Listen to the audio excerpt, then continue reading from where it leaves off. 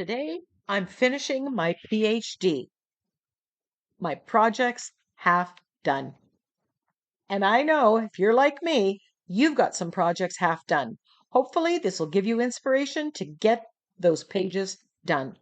I'm working in my accidental art journal. These are pages that accumulate over time. Here's where one page is right now, the second one, and the third. I'm going to look at each of these pages, tell you what's missing, and finish it into an art journal page. I've grabbed all my focal images and have them at the ready to audition, and I've got my sentiment packs ready to apply on each page. This page looks pretty done. I like what I have here. There's lots of layers, lots of interest, kind of going vintage. Not sure where I want to take it. So I'm going to play with my focal images and see if that sparks any inspiration. So I go to my stash and I'm just going to put that on. I like how that fits in there. I could do the printable, but I'm really liking that. I could tuck that there. And if I add this butterfly, build my collage, I really like that pop of red. It's adding contrast. I grab a sentiment from my Moments and Memories sentiment pack, and I'm just auditioning, trying to make it go with the picture, trying to make it fit the composition. Take the moment and make it perfect. That looks like a good combination. Then I have the idea, what if I add some of that red to the background? But instead of using acrylic paint, I'm using TCW's stencil butter in Barn Red. And I'm going to apply that through a stencil into the background. This is going to give me texture, color, and pattern. And as soon as I do this, I love it. I was a little worried about it, but I really like that color combo. And why not? It's red, blue, and yellow, basically. I could use that one. Oh, now I'm rethinking my focal image. Many possibilities, but I decide, you know what? In the end, I'm going to go with my initial one. I like how that all worked. That red butterfly just goes so well. So here we had a background that or a page or half done page that really was almost there. What it needed was contrast to tie it in with the focal image. So sometimes your pages can't be finished until you have selected your focal image, like I did here. Because choosing that red butterfly totally gave me the inspiration and pointed me in the direction. So don't worry if your pages or gel prints aren't finished, because sometimes you need that inspiration. I'm edging the page here and just doing the regular finishing steps that I do. I edge, I shade, I tweak the colors if necessary. So in my accidental art journal, I put leftover paint, leftover collage items, leftover stencil butter, leftover modeling paste, what have you, at the end of any creative session. And then over time, I might add another layer, until we get to the point where I am today. I'm thinking, okay, I need to finish these pages. I'm anxious to finish this journal. I thought I had 11. I think I had 14 pages to do, so got a little work. So here's where this page started, which wasn't a bad background. And here's the ending. I love how this came together. Adding that red just made the world of difference. Are you ready for page 2? Here's where it started. Here's what I love. I love the blue and green. I love the squares, the symmetry. I love the dark stamping. All of these are great elements on a page, but somehow it doesn't seem quite finished. There's not enough color. So I am going to add some of that yellow-green back in. I'm going to extend it, give it more presence on the page. Get rid of some of that white space and turn this page so I'm not seeing the squares or the collage items as separate entities. That's kind of causing me conflict. So here I've added that lime green, and then I'm stenciling some white on. I've stuck with the square patterns because I like to bring that out from the back.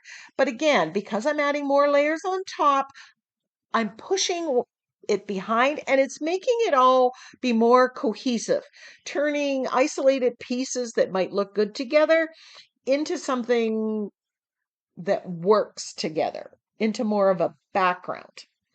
Then I grab this foliage stamp. I'm adding black acrylic paint and it's adding a fine pattern to the background. And again, it's another layer. It's pushing back some of that white stenciling that I just did. Right now, I'm very happy with the background. I've transformed it. Then I decided I'm going to put a flower on this because I'm thinking blue, green, nature.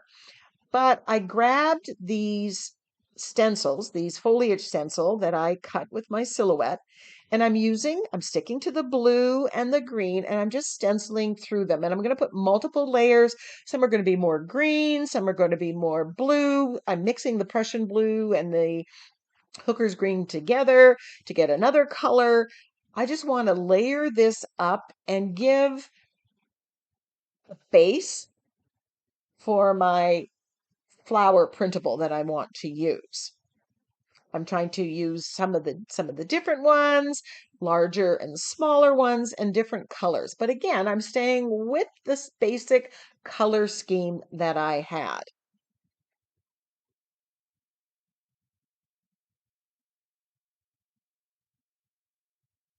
Dark, light. And you're going to see me tweak some of this stenciling once I add the focal image. Because sometimes you don't know you need to do something until later down the road.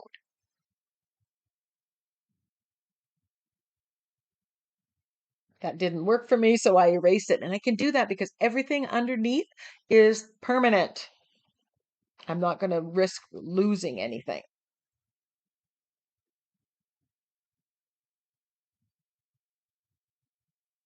I think blue-green is one of my favorite color combos on a page. They meld together.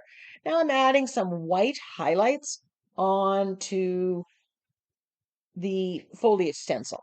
I just want to bring this out. I want this to be not part of the background. I want it to be part of my focal image. So by highlighting it, shading it, I'm making it stand out more.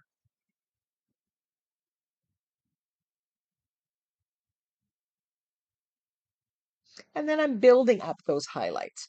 I start with a little bit and build it up. It's easy to go that direction. It's harder to put too much and then have to try to erase. And here is the printable, the flower that I have. And do you see how I've built up the focal image by combining the printable with the stenciling? This is from my sentiment pack, grateful, thankful, blessed. Today I am grateful for today. Very simple.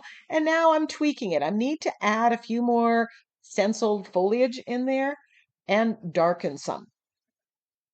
Now that I know where this is, I can tweak it. Having these half-done pages is a challenge, but I recommend, like I did, pulling all the focal images, pulling your sentiments and playing with it and being open to the possibilities.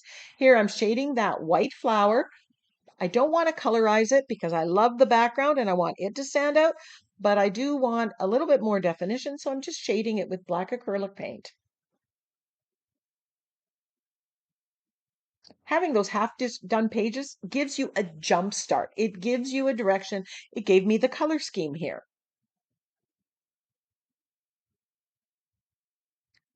Outlining the sentiment, and I do a sketchy line around the outside as well. I love, love, love how this page turned out. This is just my very, very happy place. So just a reminder, here's where this page started. And here, with a few additions, is where we ended. So we're going to flip through a few more pictures of this and then work on page number 3.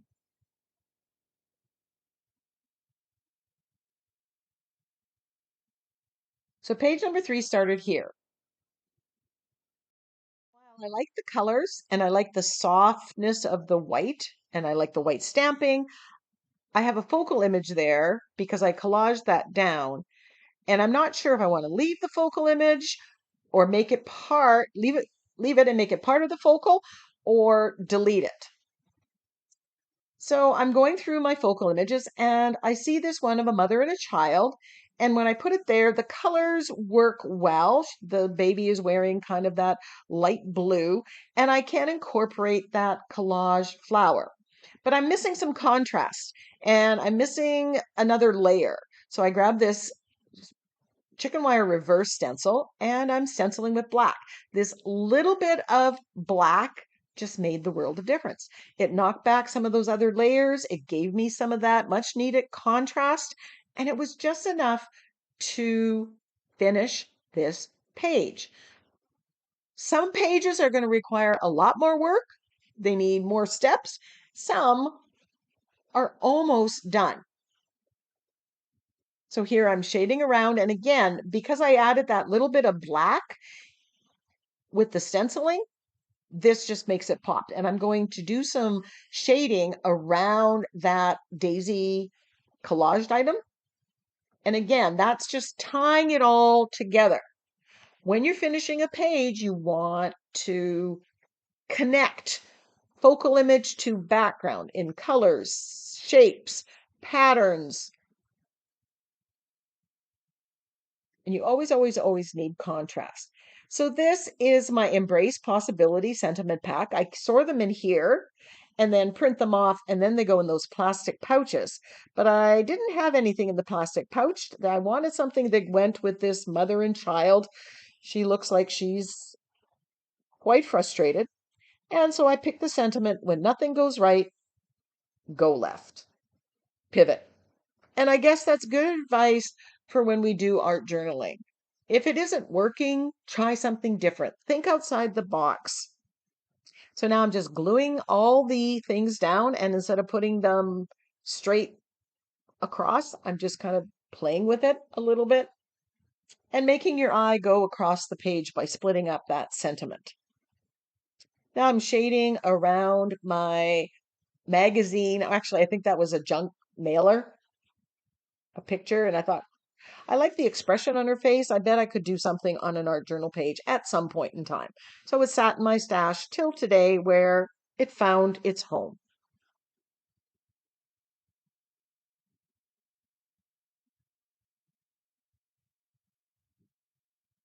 Now, in an accidental art journal, not all pages are completed to the same level. Some are only get 1 layer, some have 5 layers, just randomness. So there's where we started, and there's where we finished.